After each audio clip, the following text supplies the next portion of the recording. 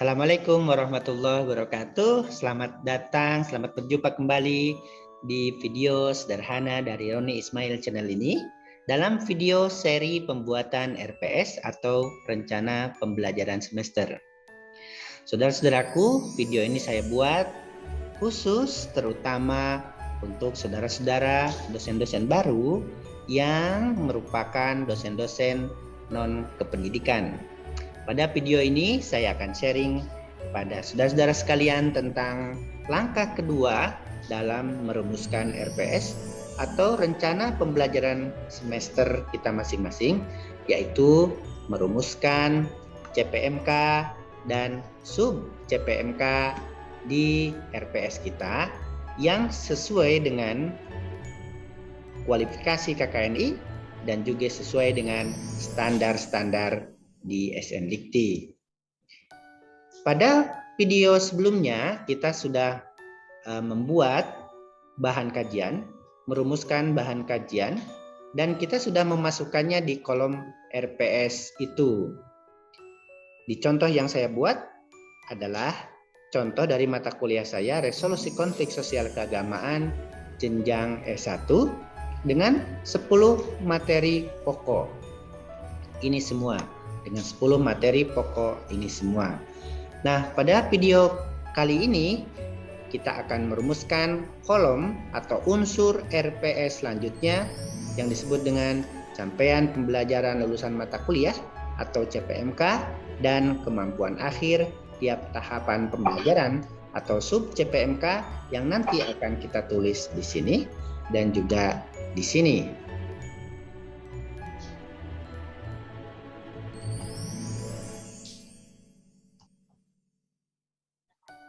Saudara-saudaraku, apa yang akan kita rumuskan sekarang berupa CPMK dan sub CPMK dari mata kuliah kita masing-masing di Standar Nasional Pendidikan Tinggi. Keduanya merupakan unsur dari standar kompetensi lulusan dari mata kuliah kita masing-masing. Sekali lagi, CPMK dan sub CPMK yang akan kita rumuskan, yang akan kita buat sekarang di SNDikti merupakan unsur dari standar kompetensi lulusan mata kuliah kita masing-masing. Untuk merumuskan CPMK dan sub CPMK ini merupakan standar kompetensi lulusan mata kuliah kita masing-masing. Dan saudaraku, saya akan bermain peran dengan saudara-saudara semua. Saya akan memposisikan diri sebagai mahasiswa Bapak Ibu sekalian. Misalnya saya mengambil mata kuliah Bapak Ibu sekalian dan saya sampaikan ke ayah saya di rumah sana, ayah, pada semester ini saya mengambil mata kuliah A, B, C, dan D, dan seterusnya. Dan saya bilang, baiklah, supaya kamu cepat lulus, supaya kamu cepat mencari kerja. Tapi ayah minta satu hal, katanya. Tolong tanyakan ke Bapak Ibu dosen, ke saudara-saudaraku dosen saya. Kata ayah saya, jika Ananda lulus dari mata kuliah Bapak Ibu dosen itu, Anda bisa apa? Kamu mampu apa? Ini permintaan ayah saya kepada Bapak Ibu sekalian. Jika saya sebagai mahasiswa Bapak Ibu dan mengambil mata kuliah Bapak Ibu selama 1 semester kemudian lulus dari mata kuliah itu, saya mampu apa?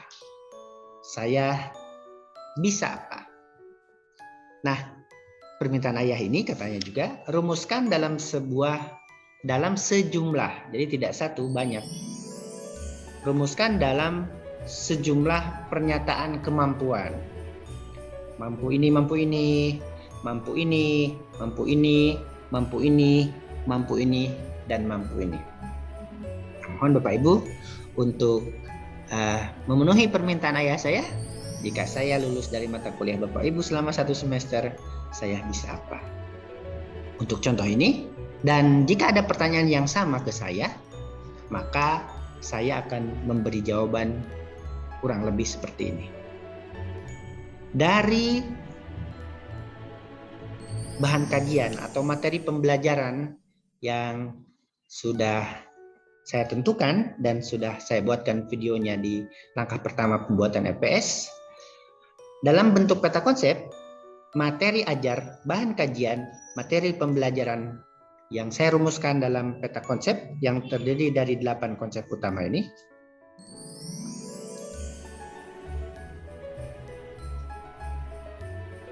Enam, 7, 8, dan juga dari timeline atau alokasi waktu selama 1 semester dari pertemuan ke-1 sampai pertemuan ke-16.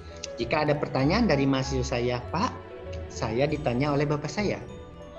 Kalau saya lulus dari mata kuliah Bapak, saya bisa apa? Maka dari bahan kajian ini atau dari materi pembelajaran ini, saya akan jawab ke mahasiswa saya seperti ini. Saya akan beri jawaban permintaan ayah Anda bahwa yang pertama, Anda mampu menguraikan hakikat konflik secara sosiologis dalam ringkasan 8 paragraf. Mampunya ini ya. Yang kedua, Anda mampu menguraikan teori konflik sosial dan resolusinya menurut Karl Marx. Yang ketiga, Anda mampu menguraikan teori konflik sosial dan resolusinya menurut Dahrendorf. Yang keempat, Anda mampu menguraikan teori konflik sosial, penyebabnya, dan resolusinya menurut Lewis-Kosser. Yang kelima, Anda mampu menguraikan pengertian, dinamika, sifat, dan 7 hipotesis konflik sosial keagamaan. Yang keenam, mampu menguraikan resolusi konflik. Apa itu resolusi konflik? Mengapa resolusi konflik perlu dilakukan dan bagaimana melakukan resolusi konflik? 7. Anda mampu menguraikan relasi eksternal konflik sosial keagamaan. 8. Anda mampu menguraikan resolusi atau solusi struktural konflik sosial keagamaan. Dan 9. Anda, mahasiswa saya ini, saya janjikan mampu menguraikan relasi internal konflik sosial keagamaan. Dan yang ke-10 mampu menguraikan resolusi kultural atau solusi kultural resolusi konflik keagamaan. Jika ada mahasiswa saya disuruh ayahnya untuk menanyakan saya menjanjikan apa atau anaknya itu akan bisa apa kalau ikut mata kuliah saya selama 1 semester, dan kemampuan itu dirumuskan dalam banyak pernyataan kemampuan. Karena saya berbasis peta konsep dan timeline ini, maka inilah jawaban untuk permintaan ayah mahasiswa atau mahasiswi jika mengajukan pertanyaan serupa ke saya. Nah, Bapak Ibu sekalian, pada kesempatan ini silakan saudara-saudara untuk merumuskan mahasiswa mampu apa jika ikut mata kuliah Bapak Ibu selama 1 semester, dan kemampuan itu dirumuskan berdasarkan timeline bisa, berdasarkan peta konsep bisa, dalam sejumlah pernyataan kemampuan. Silakan, saya tunggu 15 sampai 20 menit. Baik, Bapak Ibu sekalian, kalau sudah, ternyata ketika saya tadi bilang ke ayah saya ngambil mata kuliah ini, ibu juga mendengar, ibu saya mendengar, kata ibu saya, ayah naon Ron, ayah naon itu ada apa? Saya bilang, ini loh Bu, ayah mengajukan pertanyaan ini. Jika saya lulus dari mata kuliah Bapak Ibu dosen di kampus, saya bisa apa? Tetapi si ayah ini minta bisanya itu, kemampuan itu dirumuskan dalam sejumlah pernyataan kemampuan. Nah, lantas ibu juga berkata, oh kalau gitu saya juga Ron ikut nitip pertanyaan. Nah, tadi permintaan ayah, sekarang permintaan ibu. Ibu saya juga bertanya, kalau gitu saya juga titip pertanyaan deh. Kalau kamu lulus dari mata kuliah Bapak Ibu dosen itu, kamu bisa apa? Ya, bedanya kalau ayahmu dirumuskan dalam sejumlah pernyataan kemampuan, kalau ibu katanya satu saja, satu pernyataan kemampuan. Mampu titik. Kalau ikut mata kuliah itu selama 1 semester, satu kemampuan saja, satu pernyataan kemampuan saja.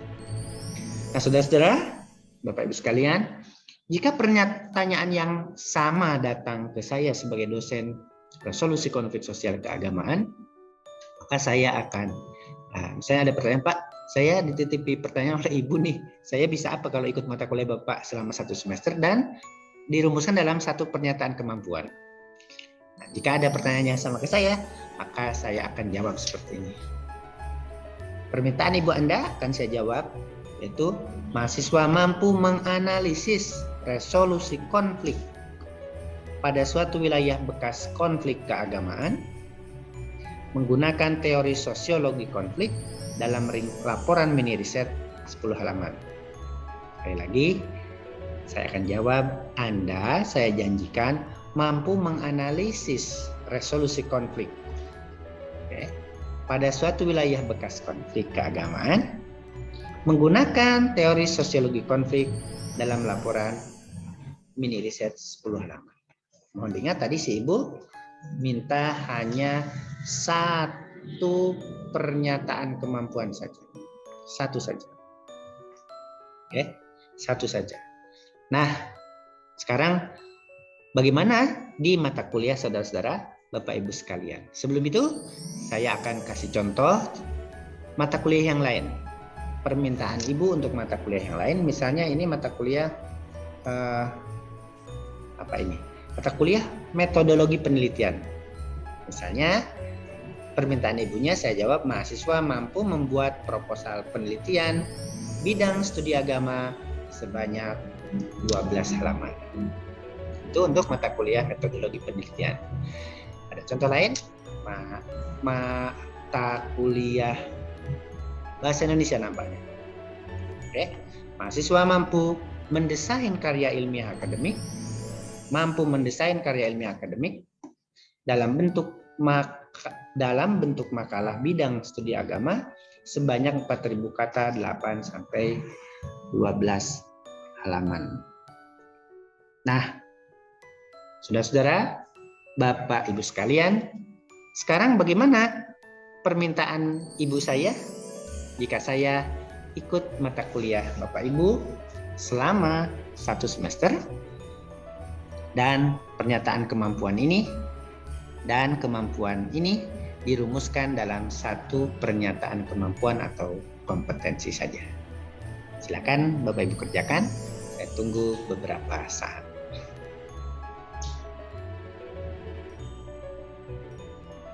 Baiklah, terima kasih saudara-saudara, Bapak Ibu sekalian yang sudah mencoba.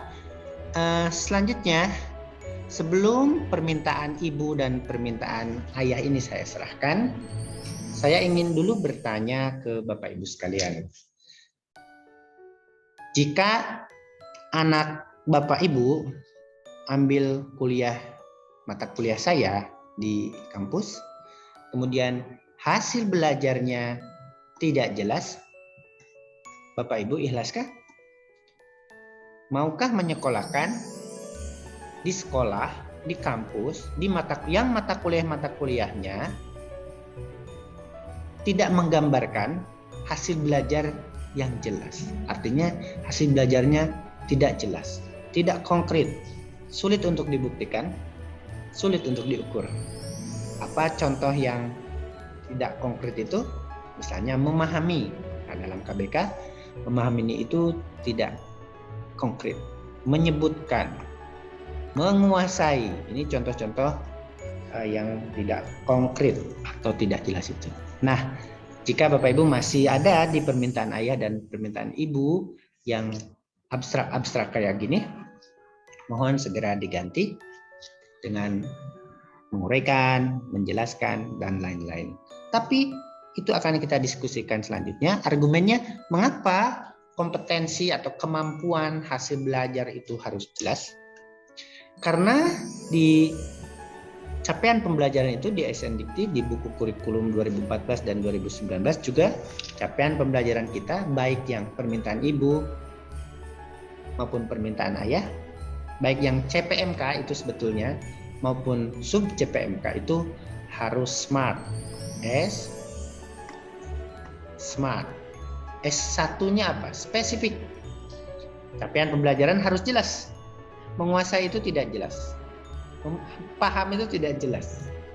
CP, permintaan ayah atau permintaan ibu, CPMK maupun sub CPMK harus jelas. Menggunakan istilah spesifik yang menggambarkan kemampuan tertentu.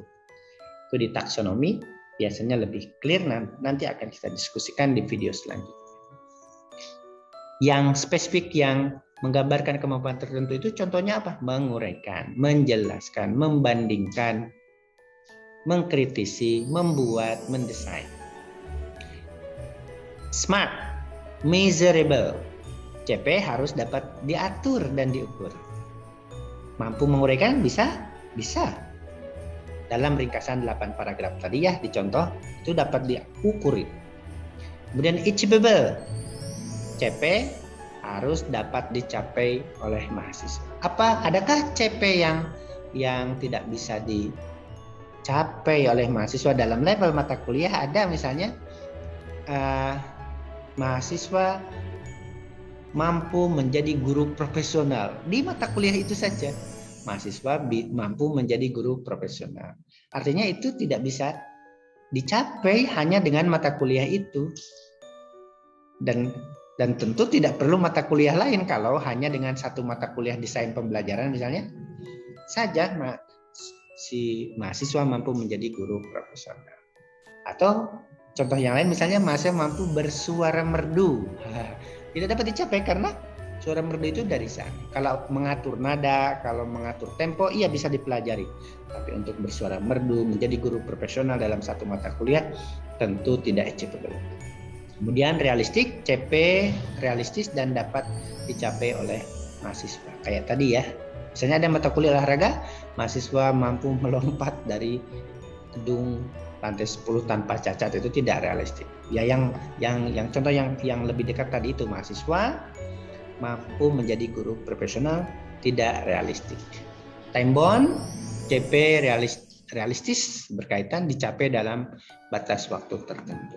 Apapun janji kita di permintaan ayah, permintaan ibu, CPMK maupun sub CPMK itu sebenarnya harus bisa dicapai dalam waktu tertentu. Kalau mata kuliah tentu selama 1 semester. Kalau prodi tentu 7 sampai 8 semester. Oleh karena itu inilah argumen mengapa CP kita baik permintaan ayah atau ibu, CPMK maupun sub CPMK itu tadi harus jelas, harus bisa diukur, harus bisa diatur, harus menggambarkan kemampuan tertentu, harus dapat dicapai oleh mahasiswa, sama realistis dan dapat dicapai mahasiswa, realistis dapat dicapai mahasiswa dalam waktu tertentu. Inilah SMART. Nah, saya sewaktu bermain peran tadi, role play, istilahnya permintaan ibu dan permintaan ayah. Dan saudaraku, dosen-dosen muda, terutama yang non kependidikan, apa toh istilah-istilah permintaan ayah, permintaan ibu? Permintaan ayah yang beberapa pernyataan ini dan juga permintaan ibu yang satu pernyataan kemampuan ini jika dilihat dari perspektif SNDikti, Permendikti Dikti nomor 44 tahun 2014, nomor 49 tahun 2015 tentang Standar Nasional Pendidikan Tinggi. Ini contoh capaian pembelajaran yang SMART, mampu menganalisis, mampu membedakan, mampu membuat, mampu menguraikan, mampu mengkritisi.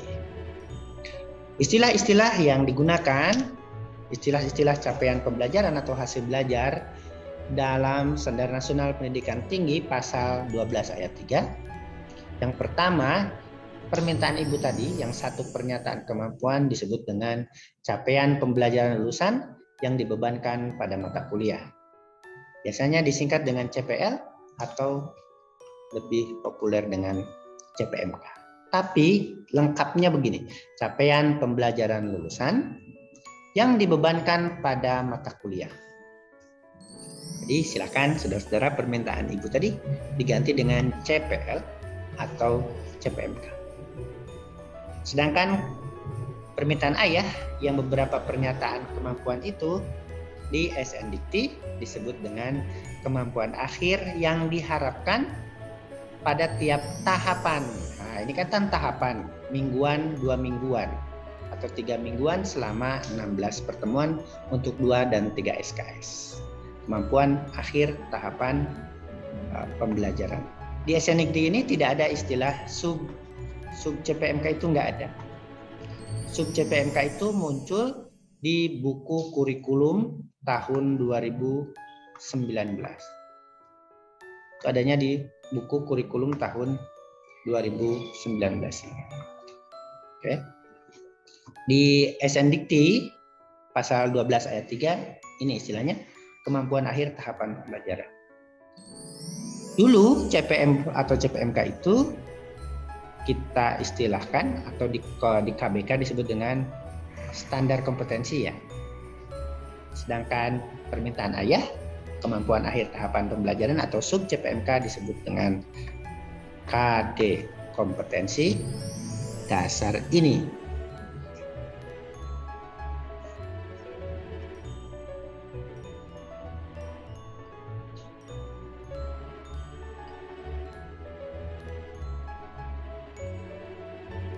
So, Bapak Ibu sekalian, dengan istilah-istilah ini berarti apa yang kita rumuskan tadi permintaan ayah dan ibu, silakan Bapak Ibu ganti sesuai dengan istilah-istilah ini.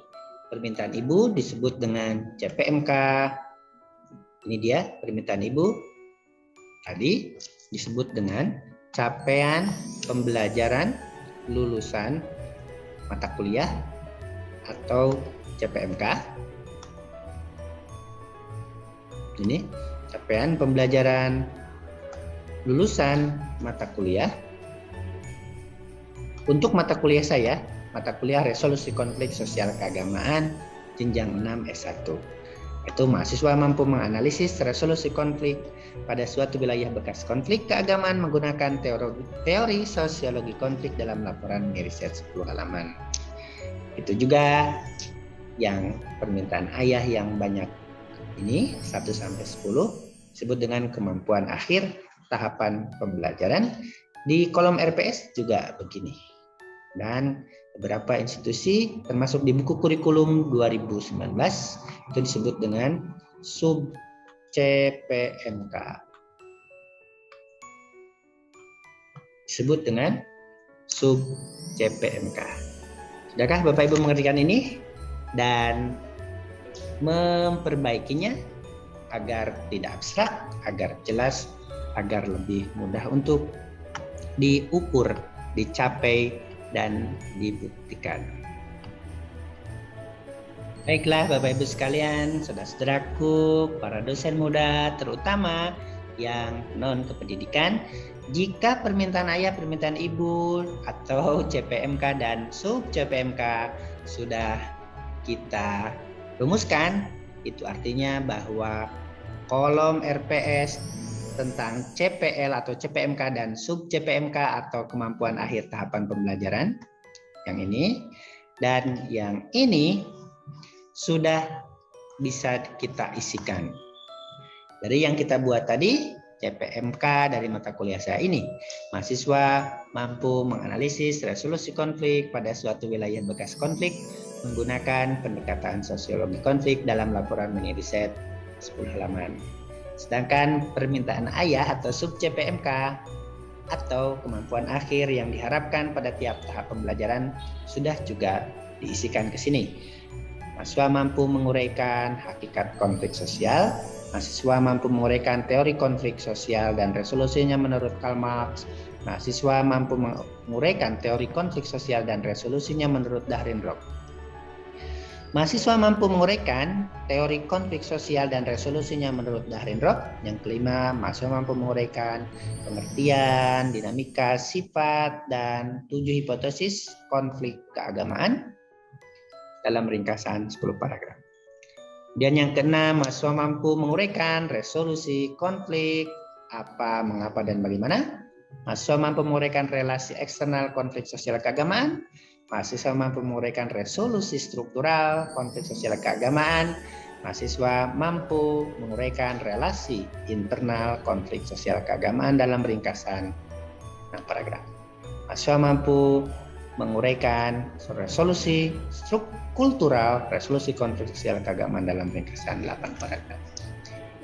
Kolom RPS, CPL, dan sub CPL sudah kita isi. Bahan kajian sudah kita isi. Metode pembelajaran akan kita diskusikan nanti, alokasi waktu, kemudian deskripsi tugas akan kita cicil, akan saya buatkan videonya yang sederhana ini sedikit demi sedikit, termasuk bagaimana mengisi minggu ke. Tapi sebelum ke sini, pastikan Bapak Ibu ini semua sudah diisikan dan sesuai dengan standar SNDikti dan kualifikasi KKN. Untuk membuktikan itu, saya insya Allah akan buat video sederhana pendek selanjutnya untuk membuktikan apakah CPL kita ini, CPMK kita ini, dan sub CPMK ini sudah sesuai dengan standar SNDikti dan kualifikasi KKNI. Terima kasih atas perhatiannya. Mohon maaf kalau banyak kekurangannya. Semoga bermanfaat sekali lagi untuk dosen-dosen muda, dosen-dosen baru, yang terutama non kependidikan. Mungkin juga dosen-dosen yang kependidikan juga memerlukannya. Assalamualaikum warahmatullahi wabarakatuh.